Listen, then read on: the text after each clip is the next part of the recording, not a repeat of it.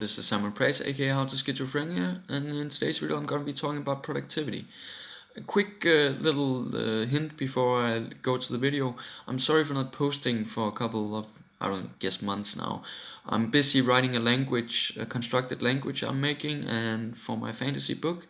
So that's what I've been doing right now. But onto the video. Yeah, you guessed it, it's about productivity. So, what are the advantages of setting a productive schedule for yourself?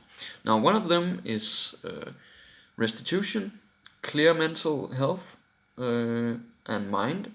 It will make things easier. You will be more in control of the situation, because a lot of things that go on autopilot, obviously not anymore, are going on autopilot. You know, it's kind of like the way of the woods, or whatever you want to call it, with this illness. So one of the things you can do is implement the Kaizen method. Now, this was originally used by the Japanese automobile industry, which basically just said, make small changes to the cars every day. Every day we'll make small changes and focus on the small changes instead of the big ones. Now, this can be implemented onto your own life. There's actually quite a heavy sort of following for this sort of Kaizen approach, and it's done tremendous work for me, at least in my writing. Now, I'm not the most productive person in the world. I suffer heavily from this illness, at least the negative symptoms. But what it has helped me to do is have a regimented schedule where I write every day. I get something productive done, well building up. Otherwise, for my writing projects, not so much for the videos, which I'm trying to work on right now.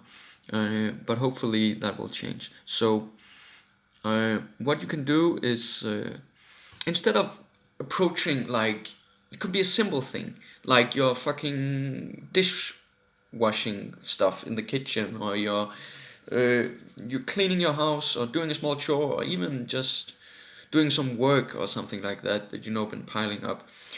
What you could do is, instead of saying, I'm gonna read 25 pages there, I'm gonna run 5 miles, and I'm gonna fucking do all the dishes, and you work yourself up, and then when you get to it, just like, I have no energy, I can't do anything, I feel like shit, I just want to go to bed again.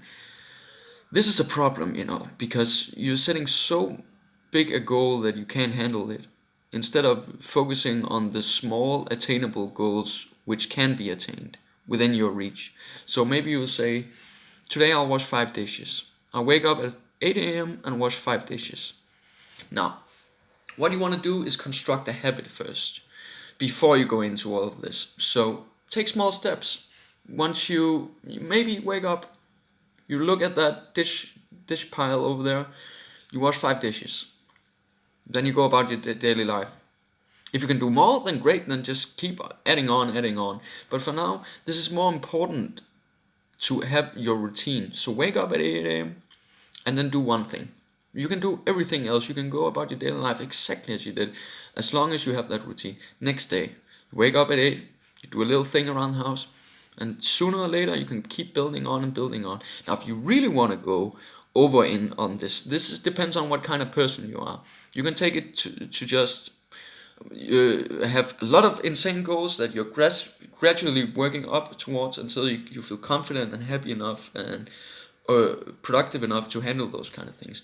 But one of the things you could do instead is maybe I make 10 goals for myself every day. This can be everything from brushing my teeth to writing 4,000 words a day or something like that, or it could be constructing a world building segment, or remembering an appointment, or cleaning out the house, or something like that.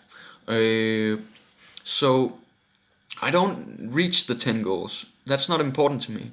What's important to me is that I have the routine of getting at least those goals done, the most I can do. So I maybe set 10 goals, reach 6. Now, this would be better if I set 20 goals and reach none of them. You see? I'm not trying to sound belligerent, or whatever the word is, but I just want to say that when you put it into perspective, then put it into small, discernible stages which you can obtain those goals. So what you can do, if you're going really extreme on this, is you can regiment everything. So say the first week you wake up and you do only about 10 minutes of work on something. Next day it's still 10 minutes, and you go out, repeat that through the week. Now that you've done that, you add another goal. Another week goes by, you keep to that goal, then you add another goal.